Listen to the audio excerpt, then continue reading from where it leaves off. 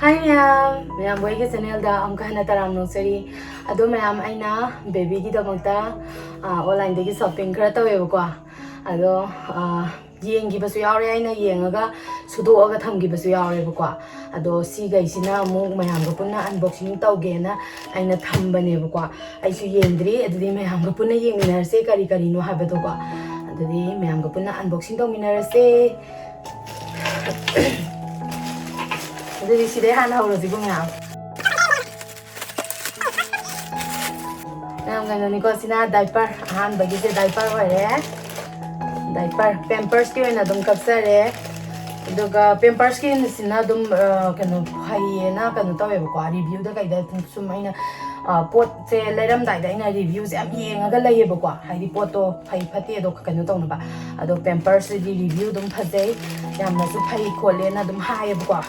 Adagi pampers yung kapsare si teka no ne 54 pence yawi kwa aduga magi size kaya no oy gibani kiji mga angang kiji mga taba angang da aduga ugi set pa yadu ni ba kwa ado si lere adugi ma'am ha daite smile lere ko pampers ki diaper lere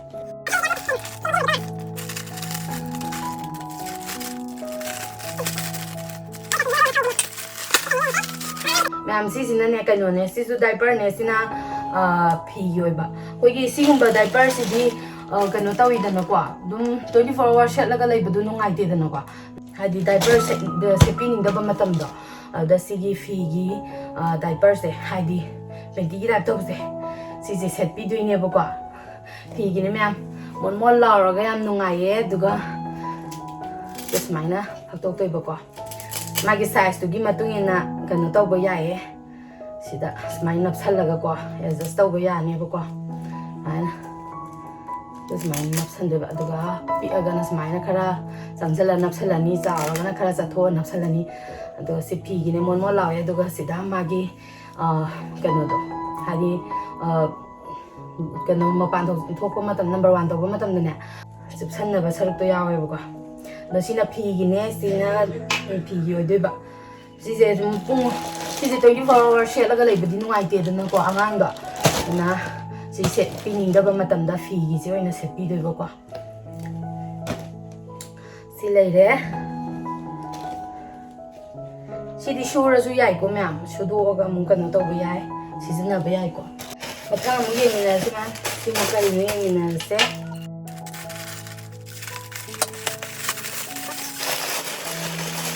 Sina mayam kano ne master pillow hai tare angang gi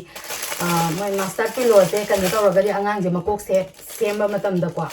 kan to we phajai hai ba ha di angang kok tumba kok pai ba lai da na kwa sida kan to hula ga di khang la ga di kok to sep to phajai hai ba dana sina master pillow ne silai re ai di angang gi kok sep to phajana ba ni ko se khangan du ji ya hina maru ha ta ni da ha pi Juga matang di sini, sini yengminnase ma'am.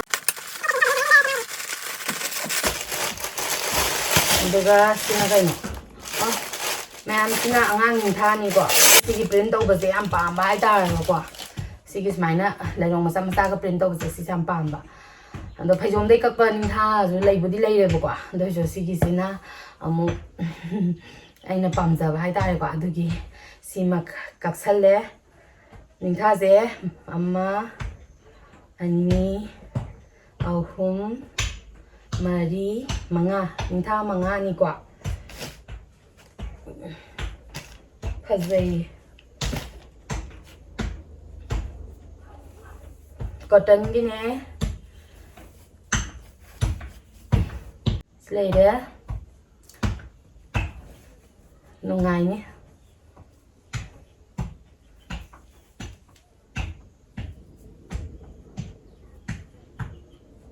Si guys lỗi na sudo ki doi ni ko mo si malai de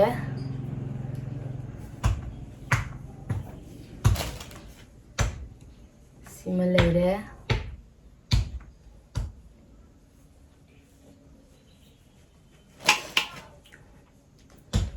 si malai de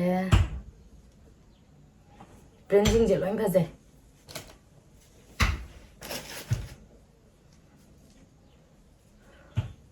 ꯑꯗꯨꯒ ꯁꯤꯒ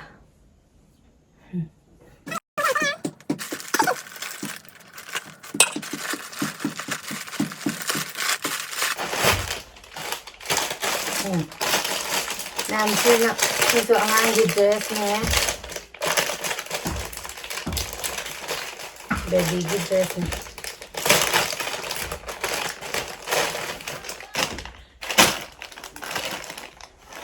ꯐꯨꯔꯤꯠ ꯂꯩꯔꯦ ꯅꯨꯡꯁꯤꯗ꯭ꯔꯒ ꯄꯤꯛꯇ꯭ꯔꯨꯒ ꯄꯤꯛꯑꯒ ꯌꯥꯝ cute ꯑꯣꯏꯌꯦ ꯌꯦꯡꯉꯣ ꯅꯨꯡꯁꯤꯃꯟꯈ꯭ꯔꯦꯗ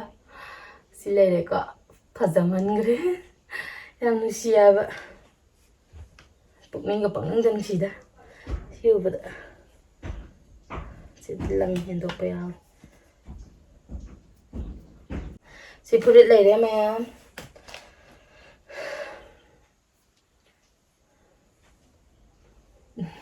ꯁꯤꯅ ꯇꯨꯄꯤ ꯂꯩꯔꯦ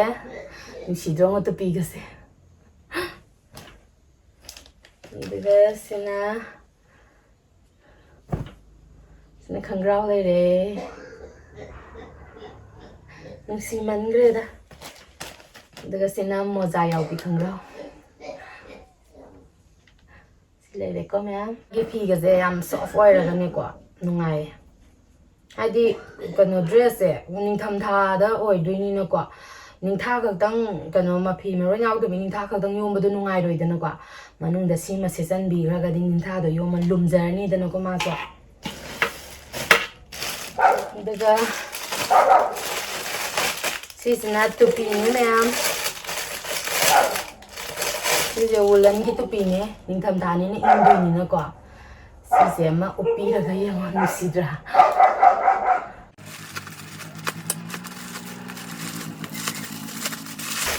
ꯃꯌꯥꯝ ꯁꯤꯁꯨ ꯀꯩꯅꯣꯒꯤꯅꯦ ꯋꯨꯂꯟꯒꯤꯅꯦ ꯗ꯭ꯔꯦꯁꯅꯦ ꯑꯉꯥꯡ ꯑꯗꯨꯃꯥꯏꯅ ꯍꯥꯡꯉꯦ ꯑꯩꯅ ꯃꯆꯨ ꯑꯃ ꯀꯛꯑꯒ ꯃꯆꯨ ꯑꯃ ꯍꯥꯞꯄꯛꯑꯦ ꯁꯤꯗꯤ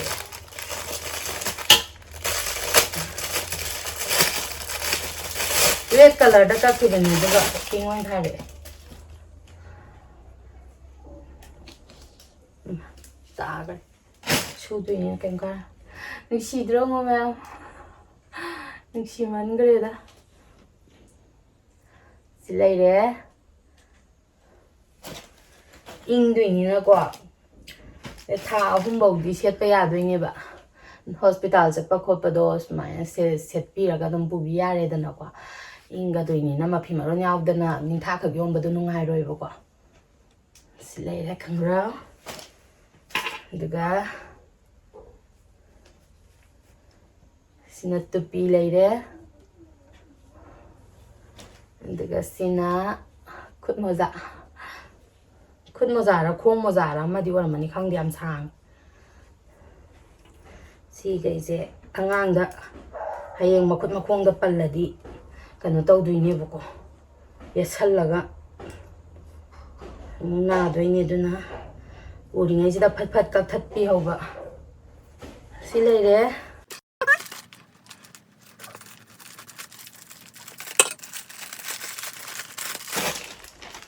ꯑꯗꯨꯒ ꯃꯌꯥꯝ ꯑꯩꯈꯣꯏ ꯋꯨꯂꯟꯒꯨꯝꯕ ꯀꯩꯅꯣꯒꯨꯝꯕꯁꯦ ꯃꯁꯥꯗ ꯗꯥꯏꯔꯦꯛ ꯊꯦꯡꯕꯗꯨꯁꯨ ꯑꯃꯨꯛ ꯀꯩꯅꯣ ꯇꯧꯔ ꯑꯉꯥꯡꯗꯣ ꯍꯥꯒꯖꯕ ꯅꯥꯕ ꯇꯧꯅꯦꯕꯀꯣ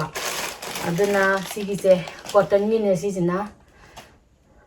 ꯑꯗꯨ ꯀꯣꯇꯟꯒꯤꯁꯦ ꯁꯤꯁꯤꯅ ꯃꯅꯨꯡꯗ ꯊꯥꯕꯤꯗꯣꯏꯅꯦ ꯑꯗꯨꯃꯛꯇ ꯅꯨꯡꯁꯤꯗ꯭ꯔꯣ ꯃꯣꯟ ꯂꯥꯎꯔꯒ ꯌꯥꯝ ꯅꯨꯡꯉꯥꯏꯌꯦ ꯁꯤꯗꯤ ꯑꯄꯥꯕꯗꯤ ꯑꯄꯥꯕ ꯄꯣꯠ ꯑꯣꯏꯗꯣꯏꯅꯦꯕꯀꯣ ꯁꯦ ꯑꯄꯥꯕ ꯑꯃꯅꯤ ꯑꯃ ꯍꯥꯞꯆꯤꯟꯕꯤꯗ꯭ꯔꯗꯤꯀꯣ ꯑꯊꯥꯕ ꯉꯥꯛꯇꯁꯨ ꯑꯃꯨꯛ ꯅꯨꯡꯊꯤꯟ ꯀꯩꯒꯨꯝꯕ ꯅꯨꯡꯁꯥ ꯁꯥꯒꯠꯂꯛꯄ ꯌꯥꯎꯋꯤꯗꯅꯀꯣ ꯁꯤ ꯄꯦꯌꯔ ꯑꯃ ꯂꯩꯔꯦ ꯁꯤꯗꯤ ꯌꯦꯜꯂꯣ ꯌꯥꯎꯋꯦ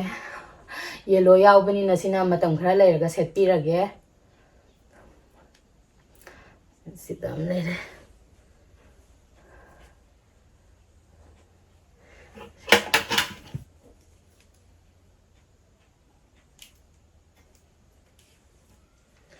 ꯄꯦꯌꯔ 2 ꯁꯨꯔꯦ ꯁꯤꯒꯗꯤ 3 ꯁꯨꯗꯣꯏꯅꯦ ꯁꯤ 3 ꯂꯩꯔꯦ ꯁꯤ ꯒ꯭ꯔꯤꯟꯁꯤꯁꯨ ꯐꯖꯩ ꯀꯩꯅꯣ ꯄꯤꯡꯁꯦ ꯑꯅꯤ ꯌꯥꯎꯁꯜꯂꯛꯑꯒ ꯀꯩꯅꯣꯝ ꯇꯧꯔꯦ ꯄꯤꯡꯁꯦ 2 ꯑꯣꯏꯁꯜꯂꯛꯑꯦꯀꯣ si leire sigadi mari sure set oina kakpani ko aina ko ma'am sigadi manga sidra blue ga sa duga siga taruk sisu phajai ngomya siga taruk ne punna taruk yaure ebako sisina kano ram dong male rompers ram dong male rompers ni ma'am ngangi to nusidra ko nusiman gre yam nusiyaba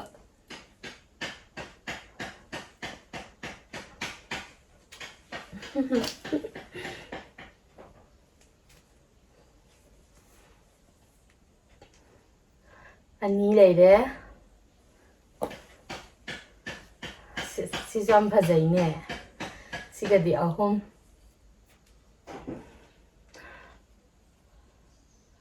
nisiman greda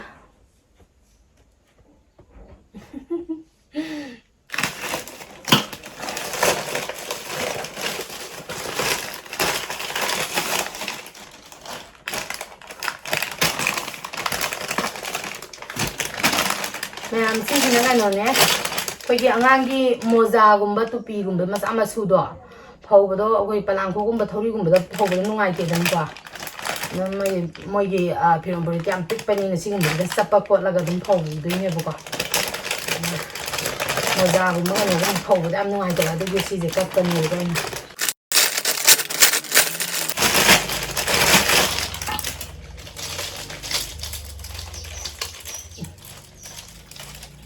sida my dress to sida sapa ga phawra di phaidana ko hadi moza gumba tupi gumba masa masu sing do sini ma'am si leire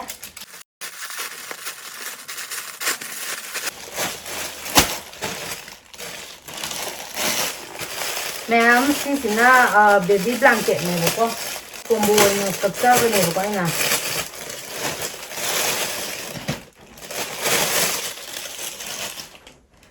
sim leire combo da kaksa ne to baby blanket si angang do ko la su yare su duga phaiju boinu su pi ge su yare mon la ra nungai ha ba pai ba angang da di soft oi ba sina nungai da no ko moi da na soft oi ba sina phadoi ne ba sila ha phida si su yam phaye tha la lumme amna angang do smaina kon bi ge su yare ning tha yom ba dong yom ma ko aduga supi ge su yare phaijuk oina sine si blue color gi amaga pink color hai dui ra khangde pink awaw ba hai dui ra khangde simaga yaure si su phajai go ma'am si di aina bazar da gi le ra pani ba ko ningtha ni tera gi ningtha do ne sigum ba je ama ni maga hapsan ge na aina kano lo rok pane meter mari khak lo re Sila leire ningtha se am leire bako sigumba design ji khara hapsan ge na lo salapa ani siga di ahum doi shudo adone mari na bamjam gi angangi be kanone detergent ne sina sudoi ne thapna subado moida step oi de na ko hadi chemical me am yan jan bani na hojiki sarap se dia dana sigi baby gi tongana thoksa ba baby bam tam gi detergent na subi rani adu dang ma'am si sina wipes ne wa manam kinung si do si ju aina review da yam yeng kan da leja bani ba ko review da yam tina phana dum kano tawe ba ko moi na hadi review pi ba matam da yam no kano pha ba do oye ba ko si ja to si leire si ma leire punna kano ne amma ani ahum mari manga taruk kaksa bane to si leire baby gi wipes si leire wipes se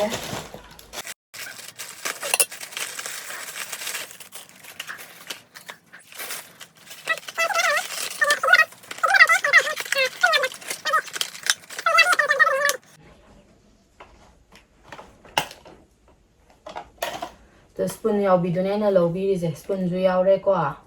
iterake ma'am spoon ju yaudoine to si spoon ju yaudoine haidi angang pobada ngai ngai da di moi gi sigi khomsup sina thakpa heiroi ba ko sina thakpa heiroi ba ko si ju yaure aduga moi di kano tawri ngai da di pobada ngai ngai da di si chamas no ina pithakpane ba ko aduna si chamas yaubi jo ina lobire akoi gi khomsup ka spoon ka punna yauba se ina lobire mailo gi da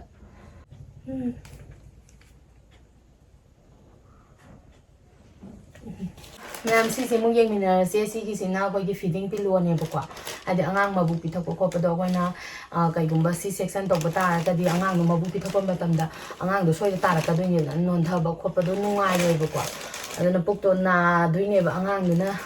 kana to ba non la ma phang na do non da ba ko ba kana to do ni ba ko aduna si gi feeding pillow se ko na happy ra ga di angang do su mon mon la na hipaga comfortable oina kana to jare da na mabu thak jare da na ko ko war roi da na ko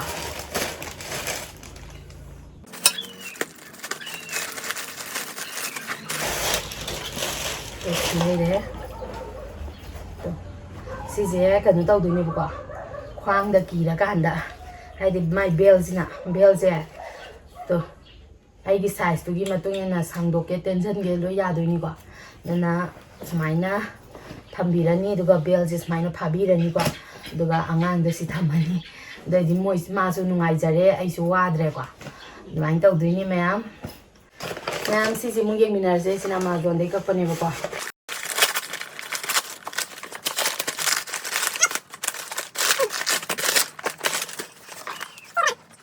angang gi di Johnson baby gi sina kwai phai ko moi gi dia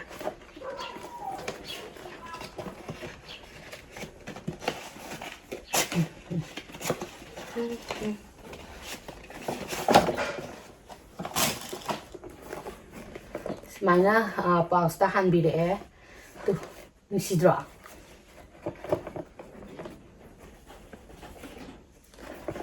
yengminnase ma solo le ene moi ji dia to solo le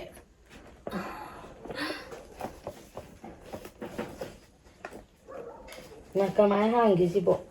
o mai tha da tu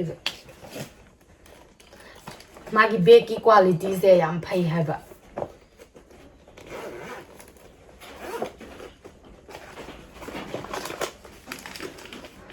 Beda webs ani aure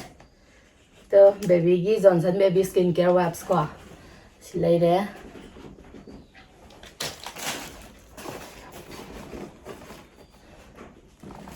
daga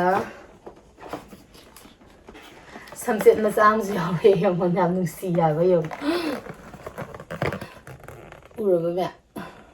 samset masam ya zare ise angange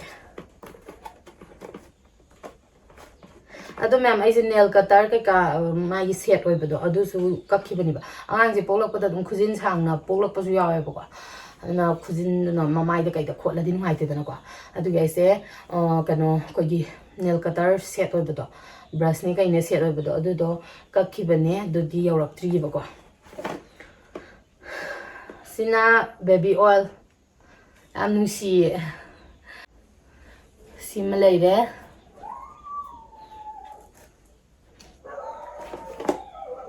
Duga shampoo laire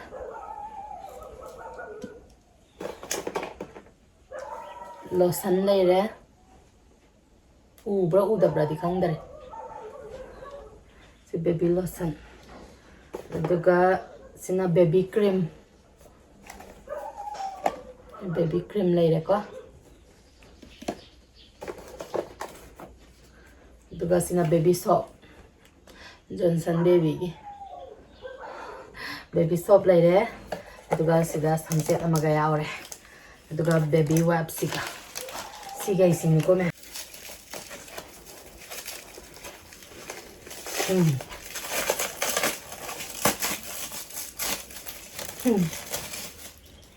nam baby lotion ni ko sisa silaire baby lotion baby gi skincare gi oide ba ko Nam si di khanga manida ꯃꯌꯥꯝꯅꯁꯨ ꯑꯩꯒꯤ block ꯃꯃꯥꯡꯒꯤ ꯕ꯭ꯂꯣꯛꯇꯁꯨ ꯎꯔꯝꯃꯅꯤ ꯁꯤꯗꯤ ꯁꯤꯅ baby ꯀꯦꯔꯤꯡ ꯕꯦꯒꯅꯦꯕꯀꯣ December ꯑꯣꯏꯗꯣꯏꯅꯤꯅ ꯌꯥꯝ ꯏꯪꯗꯣꯏꯅꯦꯕ ꯑꯗꯨꯅ ꯁꯤꯗ ꯂꯩꯔꯒꯗꯤ ꯑꯉꯥꯡꯗꯣ ꯂꯨꯝꯖꯔꯦꯗꯅꯀꯣ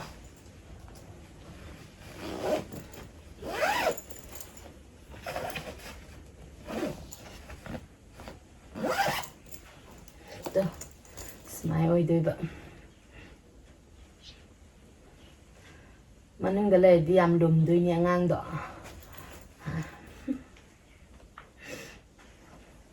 ꯁꯤ ꯂꯩꯔꯦ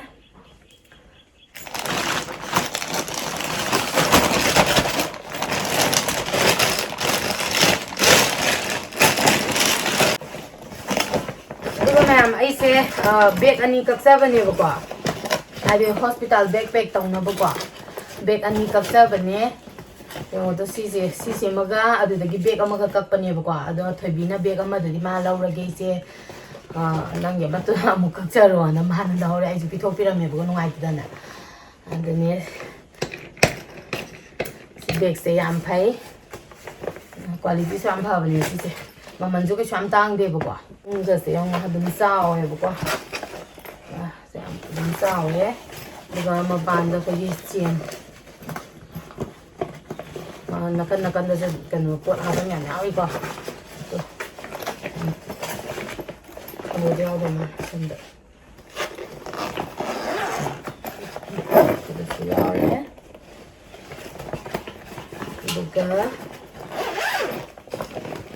sida suyaure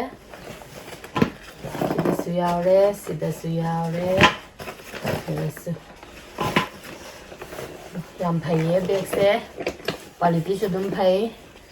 thang do thang jin into engine loi nya ni aduga myam si sina kai no ne khoi gi more gi phi gi upu do hongba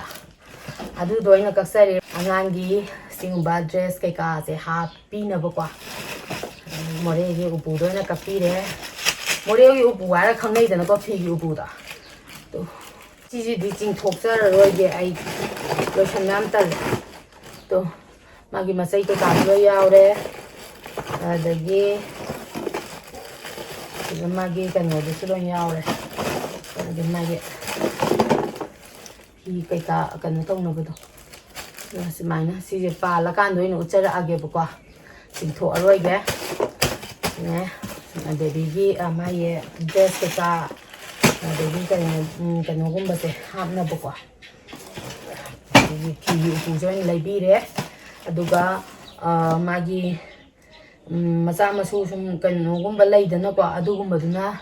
ai na han cha kau da hapak pa drawers to adu da hapani aduga sau ba gum ba kan no gum ba duna si hap to ni bu ko nam si di anang gi na te sina ga no ne kusan ne sofa gi kusan ai kusan do koi brownie na loi chik that pi na ne kono tau gre ba loi sugar mana chik thatan lan he ka saram ba hinga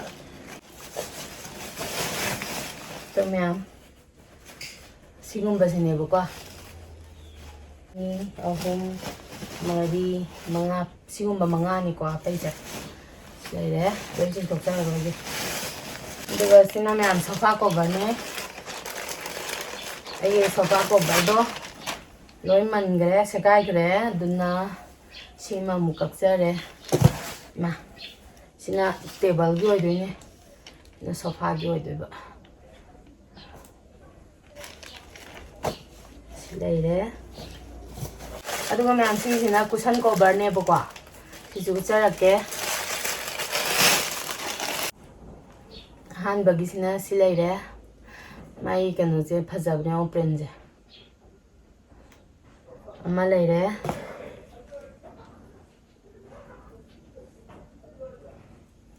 ni lai re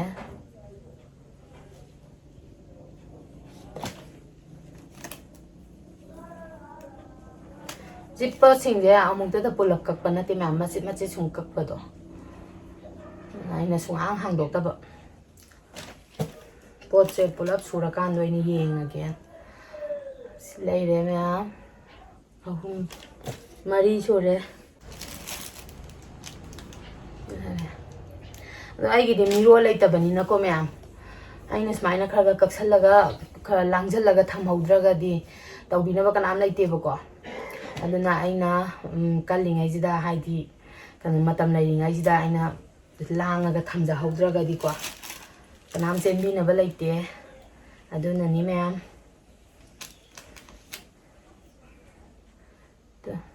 ꯁꯤ ꯐꯖꯩꯗ꯭ꯔꯥ ꯁꯤꯁꯨ ꯑꯗꯨꯝ ꯐꯖꯩ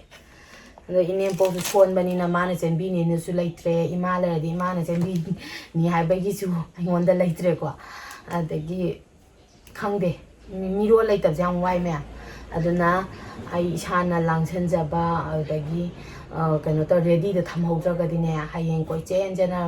ꯋꯥꯅꯗꯣꯏꯕꯀꯣ ꯇꯧꯕꯤꯅꯕ ꯂꯩꯇꯕꯅꯤꯅ ꯁꯤꯅꯦ ꯃꯌꯥꯝ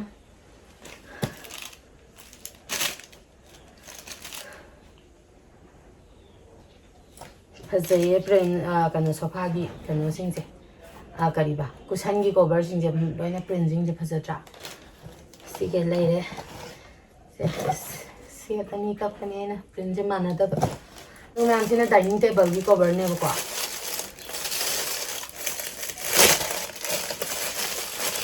ꯑꯩ dining ꯇꯦꯕꯜꯗꯣ cover ꯍꯥꯞꯆꯟꯗ꯭ꯔꯗꯤ ꯂꯣꯏ ꯃꯟꯊꯔꯛꯑꯦꯕꯀꯣ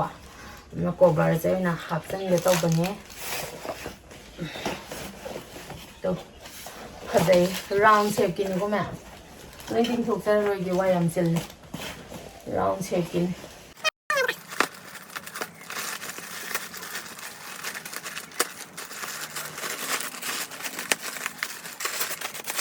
ꯃꯌꯥꯝ ꯁꯤꯒꯤꯁꯤꯅ ꯄꯦꯔꯦꯠ ꯄꯦꯟꯇꯤꯁꯅꯦ ꯍꯌꯦꯡ ꯑꯩꯒꯤꯗꯤ ꯃꯤꯔꯣꯜ ꯂꯩꯇꯕꯅꯤꯅ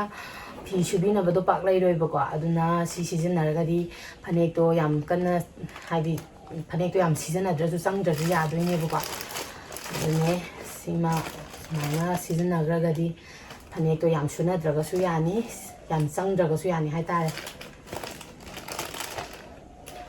ꯁꯤ ꯂꯩꯔꯦ